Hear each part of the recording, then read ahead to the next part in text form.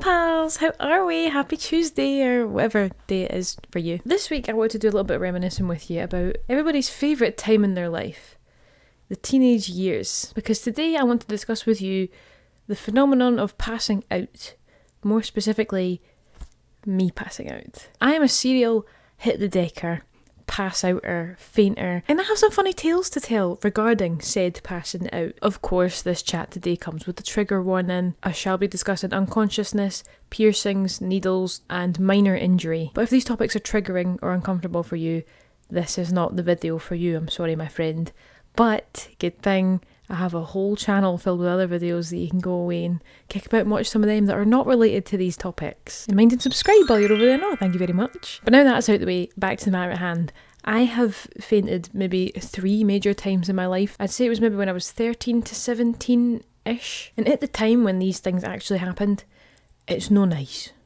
Obviously, it's not nice to lose consciousness like that out of the blue. But now looking back, it's bloody hilarious. I did also ask the doctor at the time when this was going on, and she said it's a very natural thing in teenagers because your body's going through so many fluctuations and that, especially in girls, but it happens to boys too. So a shout out to all my young people. How do you do, fellow kids? I haven't passed out in a long time, touch wood, but there are some times where I have some close calls. Make no mistake, this is not something that has disappeared. I have a fear it's just never going to go away and I'm going to have to deal with this for the rest of my life. But anyway, enough blabbing, let's go on to the very first time I passed out. So the very first time I ever fainted, I can tell you it was exactly 2013 because World War Z had just came out and we were watching it in the living room downstairs on the telly, me and my family. So I would have been, 13, 14 by the time that came out. You know the one with Brad Pitt and all these silly zombies and these silly bloody zombies done me in. Back in the day, Walking Dead was at its prime. I think that must have been about season 3. We were a very much Walking Dead family, right? We loved that programme. Not so much now, but we did, right? This was in its prime. And me being me and having to take everything to the next level, I was absolutely obsessed with Walking Dead. So being a zombie family, we thought we'd watch World War Z, thought it'd be fun. And we ended up just taking the mickey out of it the whole time. In case you haven't seen either, in The Walking Dead, the walkers moved slow because obviously they are dead people, they are decaying. Whereas in World War Z, I can't remember the ins and outs of if they're actually dead or not. Don't really care, to be honest. They move incredibly stupidly.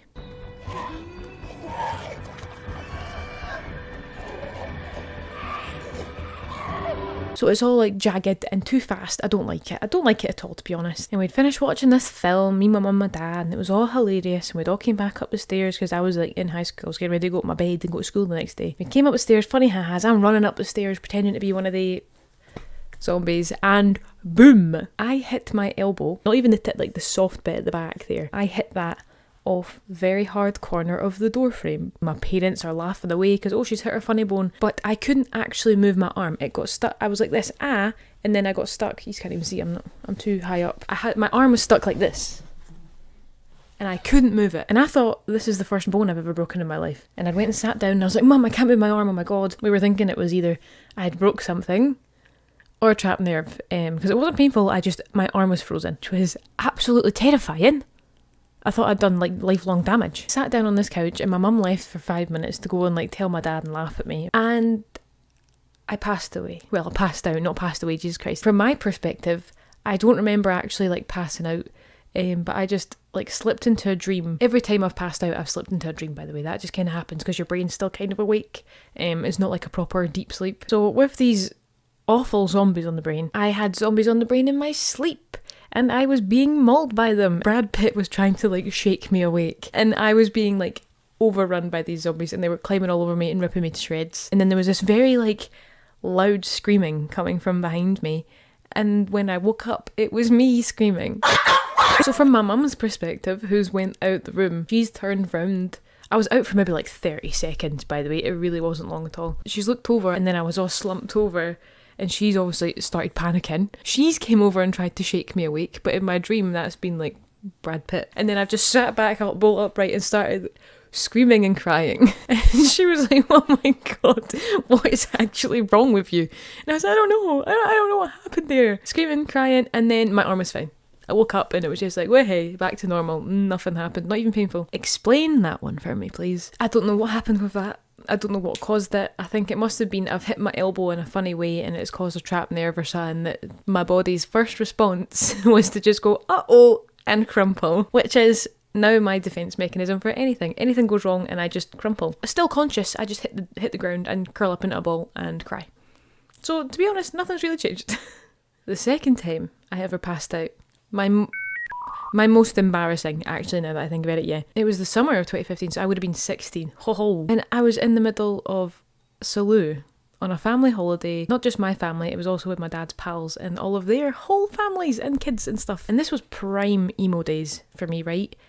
It was bad. So we were in Salou, right? And everybody's like pottered on away to the pub. And me and my mum thought, can't really be arsed with that. Let's go on a walk. So we walked from Salou all the way along the beachfront, had no food that morning, except for a bottle of juice at the other end of this walk, and then we came back.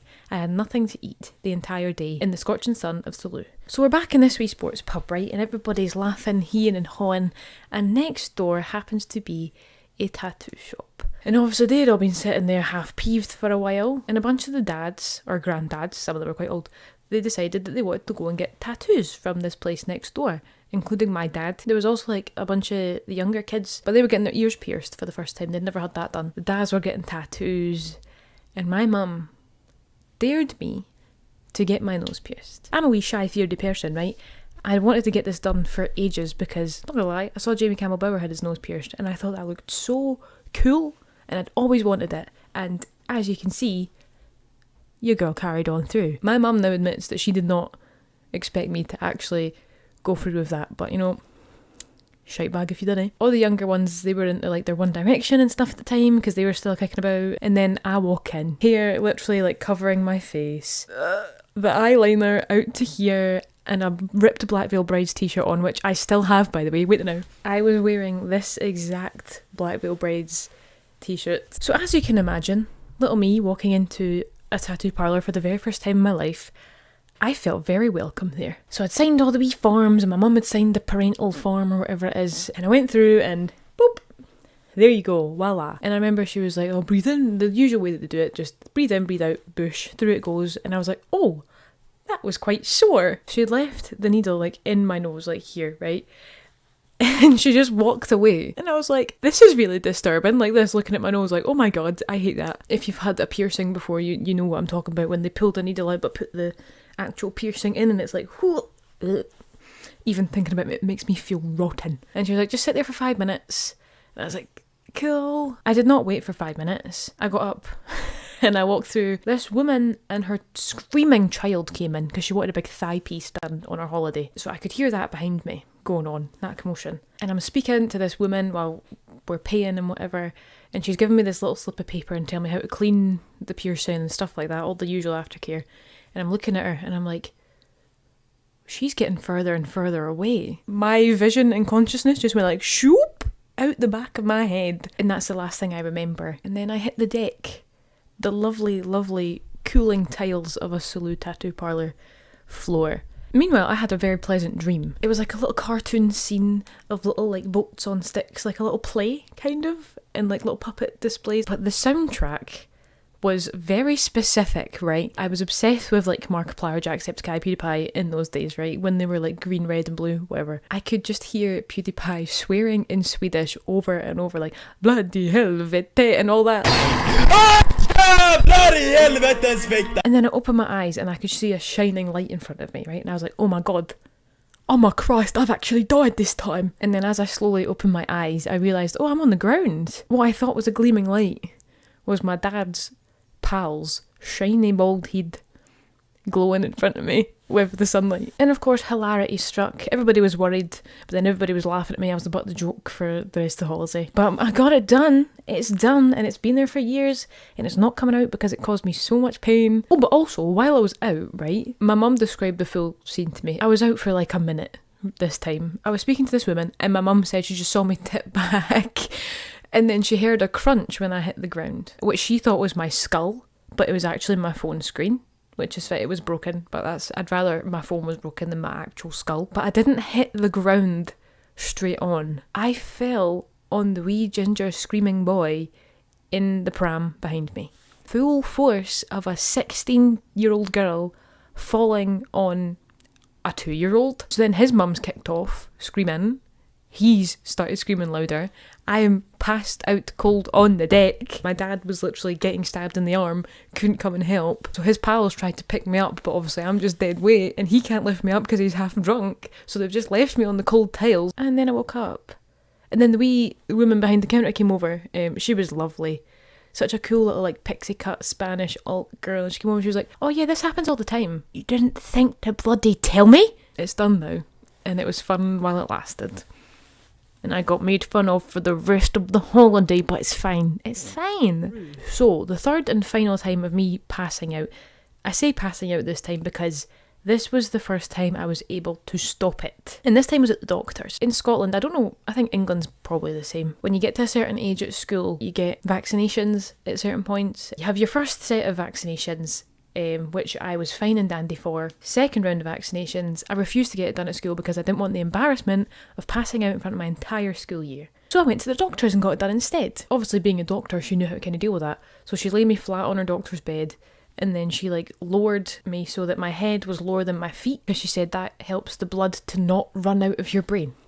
I was like, oh thank you very much. This is what I need. I'd taken the day off school for this too. I'll let it be known. It was awful, but that's by the by. And I was lying there and she said, just stay there for 5 minutes and don't move. And then once those 5 minutes were up, she said, okay, if you're feeling all right, I'll sit you back up and you can chum me along to the office. I'm saying chum, by the way. Chum means accompany, for those who don't speak Edinburgh. So I accompanied her to the office and I start to get that feeling of like my eyes glaze over and I feel like I'm entering a dream. Dissociation, that's what it's called. Say my consciousness is here, it starts to fade through the back of my skull. That's a really weird way to describe it. If you've not really dissociated or passed out yourself before, you probably won't know what the hell I'm talking about. Obviously, the doctor grabbed me and was like, oh my god. And I was like, you're a doctor, you told me I should be fine by now. And gave me a cup of water and she just told me to put my head between my legs so that the blood would run back into my brain. The inside of my doctor's, where the office is, it's like a corridor and it's all windows, right? And the waiting room's in here. And this is all windows. So this whole little episode happened in front of as many people as it possibly could. That waiting room was packed and they all saw me go absolutely man down. If she had left me in the room with my mother, at least it would just be my mum that I passed out in front of. But no, this woman made me walk to the office and pass out in front of a bunch of strangers. But I wasn't fully out, and this was the first time I wasn't fully out. I fought so hard to not completely pass out. I tell you, it was like my vision was proper like pinholed. I was drinking that water, my head was between my legs and everything. I was like, this is no happening. I am not going to fully pass out. And then my mum came out and saw me sitting there, head between my legs, cup of water in my hand, and she started pissing herself with laughter. She wasn't even worried. It makes me chuckle now, but at the time, like I said, I was absolutely affronted. Absolutely embarrassed. So that's it. You're welcome. I hope you all got a good laugh at my misfortunes. Feel free to leave your misfortunes and mishaps and funny stories in the comments below too. I'd love to hear them, to know that I'm not alone in this. But also if it makes you feel better.